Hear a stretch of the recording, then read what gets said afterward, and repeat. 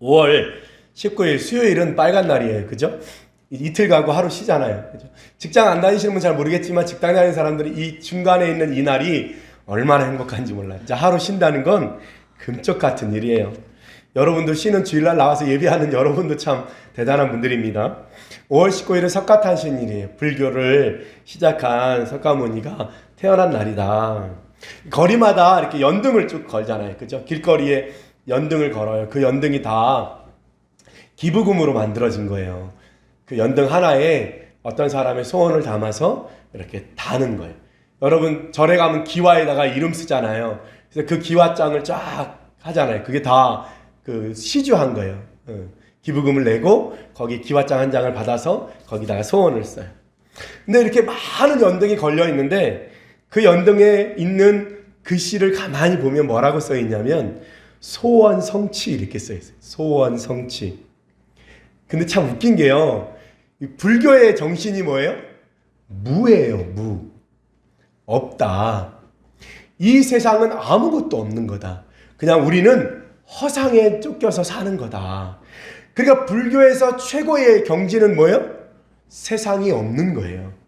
세상도 없고 나도 없는 경지. 그게 불교의 최고의 경지예요. 세상은 없어. 이거는 허상이야. 이 세상을 잡으려고 할수록 고통이 따라. 그래서 생긴 게 뭐예요?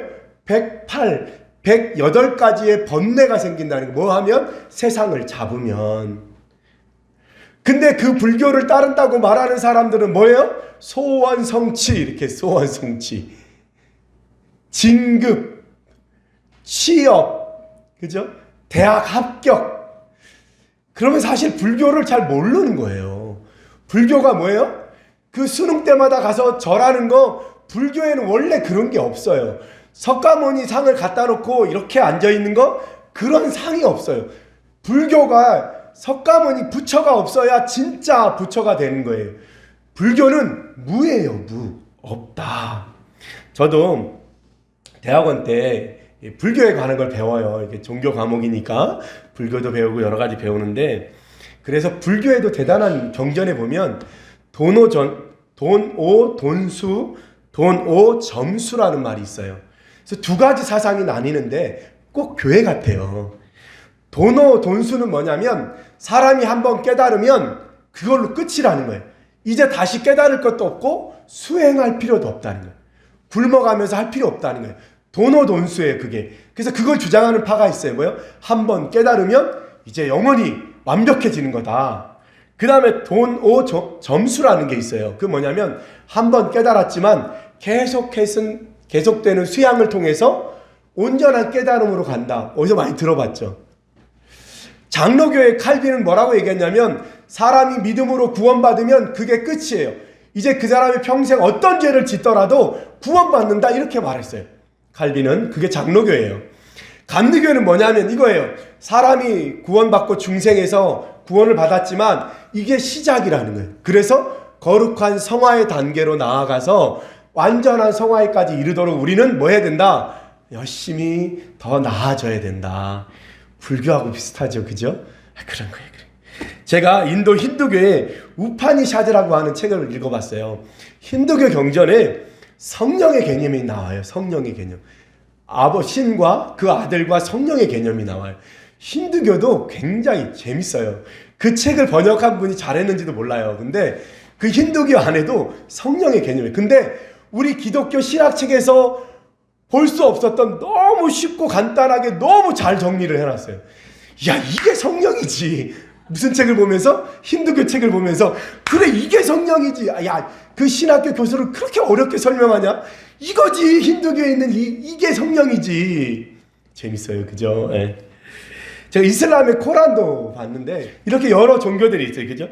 근데 진짜 이런 종교들의 내면을 가만히 보면 이 불교를 따르는 사람들도 불교가 뭔지 몰라. 불교는 세상과 모든 게 다 없는 거예요. 무예요. 무. 그래서 무소유를 얘기를 하는 거거든요. 사실은 불교가 뭔지 모르는 거예요. 불교는 무예요. 무. 원래 아무것도 잡으면 안 돼, 세상 거. 근데 뭐예요? 불교인들은 다 이 초파일에 뭐예요? 다 절에 가서 자기 소원을 빌고 있는. 1년에 한 번 가면서 여러분 일주일에 한 번씩이라도 나오잖아요. 그죠? 예. 자, 그러면 기독교는 다르냐는 거예요. 기독교는 뭘까요? 기독교는 이 세상에 답이 있다고 말하지 않아요. 기독교는 예수께서 오셔서 이 땅에서 자기의 생명을 버리기까지, 이 세상에 가진 건 나잖아요. 다 내 건 아니어도 나는 내 거잖아요. 근데 그것마저도 버리는 거예요. 예수님이 버리셔서 뭐요? 구원을 이루셔. 그리고 부활하신 거예요. 우리가 찾는 건 이 땅에 있지 않은 거예요. 그것을 예수님이 보여주시기 위해서 이 땅에 오신 거예요. 사실은. 그죠? 우리가 찾는 건 이 땅에 있지 않다는 거예요. 저 하늘의 영원한 생명에 있다는 거예요. 그러니까 그 영원한 생명을 바라보고 이 땅을 살으라는 거예요. 그래서 부귀와 영화도, 너희들이 지금 걱정하고 있는 것도 내일 일은 내일이 걱정할 거라는 거예요. 너희들이 아무리 비싼 옷을 사 입어도 솔로몬 왕이 그 많은 부귀 영화를 누렸어도 들에 핀 꽃 한 꽃처럼 꽃보다도 아름답지 않았다는 거예요. 그게 기독교예요. 그죠? 그러면 우리 기독교인은 구원받으면 그냥 바로 죽어서 천국 가는 게 최고의 행복일까요? 그렇지 않죠. 기독교의 핵심은 어디 있어요? 예수 그리스도를 따르는 삶이에요. 이 땅에서. 예수님이 뭐 하셨어요? 이 땅에 오셔서 세상을 취한 것이 아니라 뭐요? 세상을 위해서 내가 해야 할 일을 하신 거예요. 하나님의 나로 하여금 요리를 하게, 나에게 그런 기쁨을 주셨어. 그러면 이 땅에서 나는 뭐 해야 돼요? 부귀 영화도 아니라 오늘 내가 만든 이 음식에 진심이어야 되는 거예요. 기독교인의 삶은 뭐냐면 내게 주신 이 땅에서의 삶을 하나님의 관점으로, 하나님의 가치관으로 예수 그리스도가 걸으신 것처럼, 그래서 그 일들을 이루기 위해서 자기의 생명도 버리신 것처럼 그렇게 오늘을 살아야 되는 거예요. 그게 우리 기독교예요. 4월 우리 초파일을 맞이해서 내가 믿는 예수님 정말로 제대로 믿고 있나? 내가 예수님 앞에 나오면서 갖는 마음이 진짜인가? 우리 생각해 보면 좋을 것 같아요. 예수 믿는 사람들은 그래서 주님이 부르셨다 이렇게 말해요. 그걸 소명이라 그래요. 주님이 구원으로 부르시고요. 여러분을 삶의 이 땅에 살아가는 동안 여러분의 자리로 하나님은 부르셨어요. 각자의 자리로. 오늘 찬양처럼. 그리고 나서 주님이 한 가지 더 하는데 그게 뭐냐면 보내시는 거예요. 부르신 다음에 그 다음에 주님의 사람 돼서 그 마음을 품고 보내는 걸 뭐라 그러냐면 사명이라 그러는 거예요. 사명. 소명하시고 그 다음에 사명을 가지고 나아가게 하시는 거예요. 그 일에 헌신하게 하시는 거예요. 그게 그 인생의 삶이 되는 거예요. 우리를 그러라고 사는 거예요. 그러라고. 우리 청년들 기억해야 돼요. 여러분의 삶에 지금 뭐 하는 거예요? 여러분의 부르심을 깨닫고 여러분의 사명의 자리로 나아갈 준비를 하는 거예요. 여러분의. 이제 이것도 뭐예요? 23살, 24살까지예요. 25살 넘어가면 여러분들 절대로 뭐요? 훈련생으로 보지 않아요. 똑같이 사회인으로 보고 똑같이 같은 요리사로 보고 똑같이 같이 경쟁하는 사람으로 될 거예요. 그 속에서 여러분들이 기억해야 돼요. 여러분이 부름받았다는 것, 여러분이 보냄받았다는 사실을 기억하는 게 필요해요. 오늘 디모데후서는 어떤 내용이냐면 바울이 디모데에게 편지를 써서 보내요. 이 바울이 어떤 상황이냐면 바울이 로마에 끌려가서 로마 감옥에 갇혔어요. 그리고 이제 자기의 순교의 날이 가까움을 알아요. 로마에 가서 로마의 죄인으로 끌려가서 황제를 모독했다는 것으로 끌려가서 감옥에 갇혀 있어요. 이제 죽을 날이 얼마 안 남았어요. 거기다가 15절에 보니까 아시아에 있는 모든 사람이 나를 버린 일을 너도 안다. 사도 바울이 감옥에 갇혀서 죽을 날을 기다릴 뿐만 아니라 그 일 때문에 사람들이 자기 주변에서 다 떠났다는 거예요. 그렇죠? 이런 상황에 있던 바울이 디모데에게 편지를 써서 보내요. 그 내용의 주제는 뭐냐면 13절 14절이 너는 그리스도 예수 안에 믿음과 사랑으로서 내게 들은 바 바른 말을 본받아 지키고 우리 안에 거하시는 성령으로 말미암아 내게 부탁한 아름다운 것을 지키라. 두 가지죠. 바른 말을 본받고 부탁한 아름다운 것을 지켜달라. 사도 바울이 죽으면서 마지막으로 디모데에게 부탁해요. 이제 나는 때가 됐다. 나는 다 됐다. 이제 내가 하던 일을 네가 했으면 좋겠다. 뭐? 내게 아름다운 바른 말을 본받아 지켜줬으면 좋겠고 아름다운 것을 지켰으면 좋겠다. 그 아름다운 게 뭐예요? 10절에 이제는 우리 구주 그리스도 예수의 나타나심으로 말미암아 나타났으니 그는 사망을 패하시고 복음으로써 생명과 썩지 아니하실 것을 드러내신지라. 복음이 뭐예요? 사망을 패하셨고, 누가? 예수 그리스도가 사망을 없앴다는 거예요. 패하시고 복음으로서 생명과 썩지 아니할 것을 드디어 보여줬다는 거예요. 진짜 생명과 진짜 없어지지 아니한 것을 보여주셨다는 거예요. 누가? 예수 그리스도가. 다시 말하면 뭐예요? 십자가에서 죽으심과 부활을 통한 생명과 영생인 거예요. 그거를 드러내신 거예요. 예수님이. 그걸 어떻게 해라? 본받고 지켜달라. 아름다운 것을. 이것을 위해서 11절에 내가 이 복음을 위하여 선포자와 사도와 교사로 세우심을 입었다. 내가 이 복음을 전하는 일을 위해서 선포자와 사도와 교사로 내가 일평생 살았다는 거예요. 그러니 너도 뭐다? 선포자와 사도와 교사로 이제 세움을 받은 거다. 그 일을 해라. 잘 수행했으면 좋겠다 부탁하는 거예요. 근데 문제가 있어요. 그 문제가 뭐냐면 8절이에요. 그러므로 너는 내가 우리 주를 증언함과 또는 주를 위하여 갇힌 자 된 나를 부끄러워하지 말고 오직 하나님의 능력을 따라 복음과 함께 고난을 받으라. 부끄러워하는 마음 가지지 말고, 두려워하는 마음, 7절에 두려워하는 마음을 가지지 말고, 8절에 부끄러워하지 말고 오직 하나님의 능력을 따라 복음과 함께 뭐해라? 고난을 받으라. 이 일을 잘 감당하려면 뭐해라? 고난을 감당해야 된다는 거예요. 그것에 따라 요리를 하려면 요리하는 사람으로서의 고난이 있어요. 일반 사람들이 가지지 않는. 그죠? 네. 자넨니 같이 당구를 잘 치는 사람은 당구를 칠 때 허리를 숙여서 멋지게 각도를 맞춰서 쳐야 돼요. 근데 자넨니에게 병이 있어요. 무슨 질병이 있냐면 허리 척추가 온전치 않아요. 그래서 수술을 몇 번 해도 온전치 않아서 허리를 숙이는 게 일정하지 않아요. 그럼에도 불구하고 당구 치는 사람에게 생명이 있는데 허리인데 당구를 치다 보니까 허리가 나가는 거예요. 요리하는 사람에게 소중한 게 뭐예요? 손일지도 몰라요. 근데 요리하는 사람의 손은 항상 뭐예요? 위험에 노출되어 있어요. 무슨 일이든 어떤 일이든 거기에는 고난이 따라요. 고난을 받으라. 고난을 감당하라는 거예요. 고난. 그러면서 12절에 얘기해요. 이로 말미암아 내가 또 이 고난을 받되, 바울도 고난을 받고 있대요. 부끄러워하지 아니함은 내가 믿는 자를 알고 내가 또한 내가 의탁한 것을 그날까지 그가 능히 지키실 줄을 확신함이라. 바울도 고난받고 있대요. 그렇지만 이거를 부끄러워하지 않는데요. 이것 때문에 기죽지 않는데요. 이것 때문에 연약해지지 않는데요. 이것 때문에 가는 길을 멈추지 않는데요. 그게 사도 바울이라는 거예요. 그렇죠? 자, 이 일을 수행하는 것이 이제 내게 있다는 거예요. 어린이집 하려면 어린이집에 고난이 있어요. 이렇게 잘 먹이고 이렇게 최선을 다하는데 아이들이 없어요. 잘하는 데는 잘 없어요. 그 고난이 있는 거예요, 다. 자, 이 일을 너에게 맡긴다는 거예요. 그러면서 하나님이 그에게 주신, 디모데에게 주신 세 가지의 장점이 있다는 거예요. 첫째, 3절. 내가 밤낮 간구하는 가운데 쉬지 않고 너를 생각하여 청결한 양심으로, 이렇게 조상 때부터 섬겨오는 하나님께 감사하고. 디모데가 이 일들을 감당하려면 첫 번째 뭐가 있어야 돼요? 청결한 양심이에요. 깨끗한 마음이 있어야 된대요. 깨끗한 마음. 요리사에게 중요한 건 뭐예요? 요리를 너 겁나 잘하는 것보다 더 중요한 건 뭐예요? 청결한 양심이에요. 요리를 향한 진짜 마음이 필요한 거예요. 거짓된 마음, 돈을 벌고자 하는 마음. 똑같은 재료도 식당용 재료가 있고 가정용 재료가 있어요. 제가 재료 장사해봐서 알아요.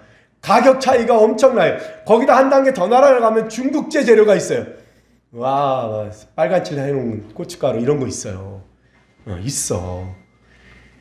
청결한 양심이 필요하대요. 제일 첫 번째가 뭐다? 청결한 양심. 청결한 양심. 이게 기분. 우리 같으면 어떻게 해요? 이 일을 감당하려면 놀라운 능력, 막 안진뱅이도 일으키고 막 죽은 사람 살려내고 막 저 사람에게 귀신이 붙어 다니는 걸 보이고 막, 그죠? 그냥 예언하는 능력이 있고. 그러면 얼마나 좋겠어요. 근데 하나님은 첫 번째로 뭐를 꼽아요? 청결한 양심이. 놀라운 실력보다 더 중요한 건 뭐냐면 청결한 양심이래요. 음식을 대하는 진짜 경건한 마음이 필요하다는 거예요. 아이들 대하는 진짜 순수한 마음이 필요하다는 거예요. 그거예요. 사명자에게 가져야 될 첫 번째 마음인 거예요. 순수한 찐 마음이 필요하다는 거예요. 디모데에게는 그런 마음이 있다. 그러니까 너는 감당할 수 있을 거다. 그 얘기하는 거예요. 두 번째, 5절. 이는 내 속에 거짓 없는 믿음이 있음을 생각함이라. 이 믿음은 먼저 내 외조모 로이스와 내 어머니 유니게 속에 있더니 내 속에도 있는 줄 확신하노라. 거짓 없는 믿음이 거짓 없는 믿음. 거짓 없는 믿음. 하나님만 바라보는 마음. 근데 이거는 그냥 되지 않아요. 내가 하나님만 바라봐야지 이래서 되지 않더라. 운동 경기를 하면요, 프로 경기를 보면 다 잘해요. 다 잘해요. 제가 옛날에 대농 배구단에서 있는 누나를 알았어요. 저희 교회 같이 다녔는데 배구단에서 배구 선수로 활동하다가 은퇴하면 그 회사에 취직을 시켜줘요. 그래서 그 회사를 은퇴하고 회사를 다니던 누나였어요. 근데 배구를 했는데 그런 게임 있잖아요. 이렇게 동그랗게 앉아서 배구공으로 서로 치다가 때려서 그 안에 있는 사람을 맞히는 게임 알죠? 이렇게 동그랗게 이렇게 하다가 놓치면 안에 들어가는 거예요. 그럼 하다가 안에 있는 애를 때려서 맞추는 거예요. 안에 있는 애가 잡으면 나올 수 있고 못 잡고 맞으면 계속 들어가 있는 거예요. 그 배구 누나하고 배구를 했어요. 키도 되게 크죠. 배구 선수니까. 죽는 줄 알았어요.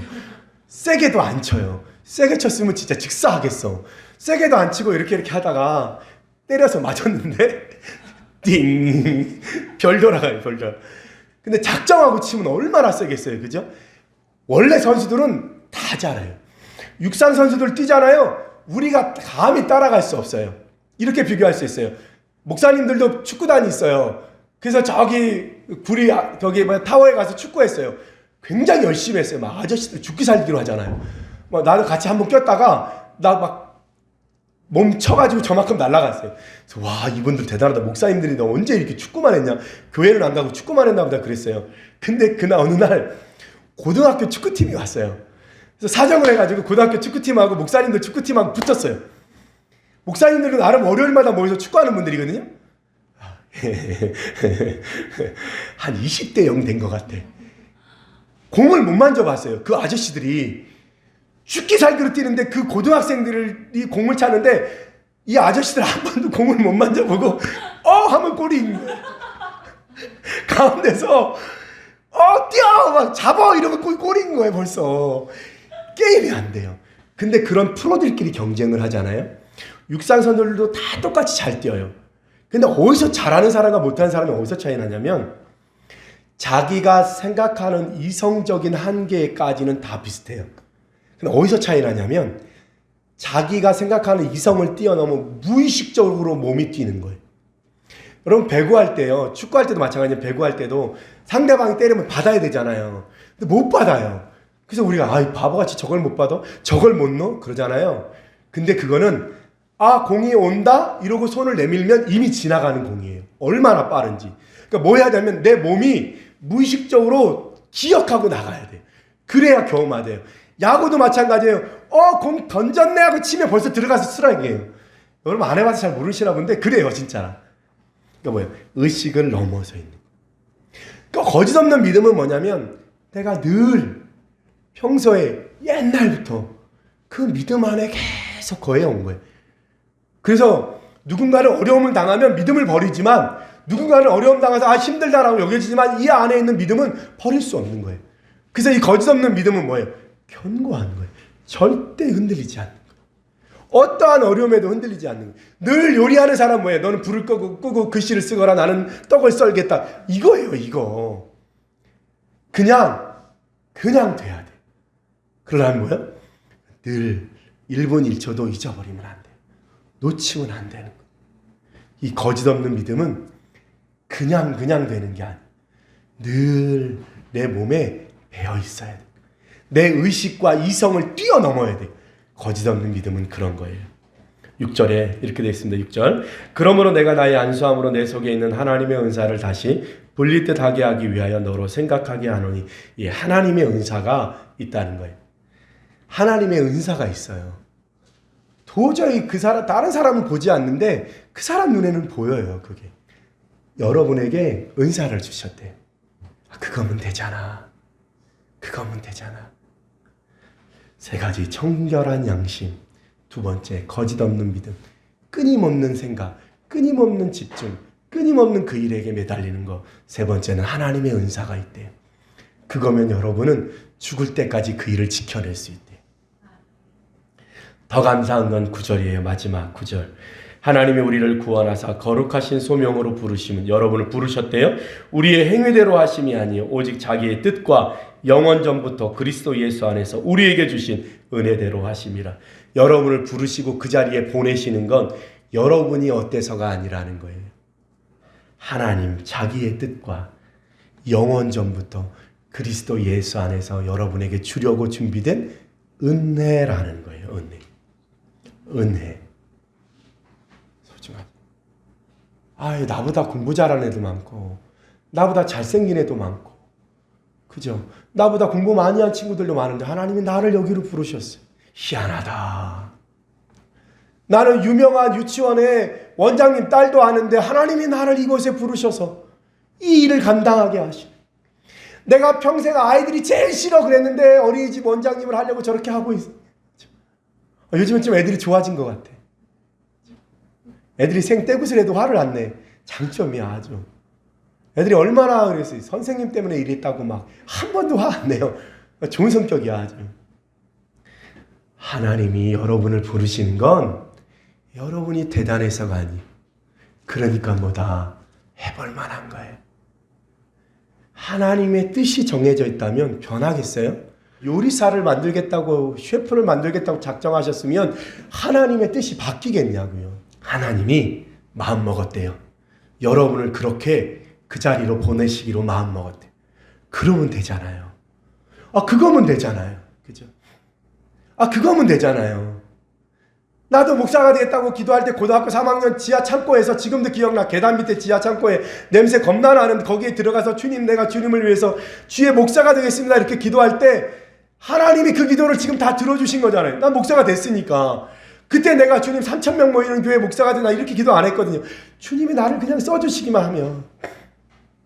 그거였거든요. 그거. 하나님이 여러분을 그 자리로 보내실 때 이런 은혜를 주신대요. 내가 잘해서도 아니라 하나님이 뜻을 세우시고 여러분을 거기로 인도해 주시겠다. 그러면 살만하잖아. 살아볼만 하잖아. 그죠? 멋지다. 그랬으면 좋겠어요. 우리 청년들도 힘내세요. 여러분의 인생은 아직도 멀어요. 나도 지금 내일이 기대돼. 50이 넘었는데 내일이 기대돼. 내일 하나님이 어떻게 일하실까? 어떤 새로운 일을 벌이실까? 나도 기대가 돼요. 여러분 기대하세요. 하나님 여러분 그렇게 되기를 소원합니다. 우리 그렇게 한번 해봅시다. 할렐루야. 그렇게 한번 해봤으면 좋겠어요. 여러분 소망을 가지고 내일을 기대하시길 소원합니다. 기도하겠습니다.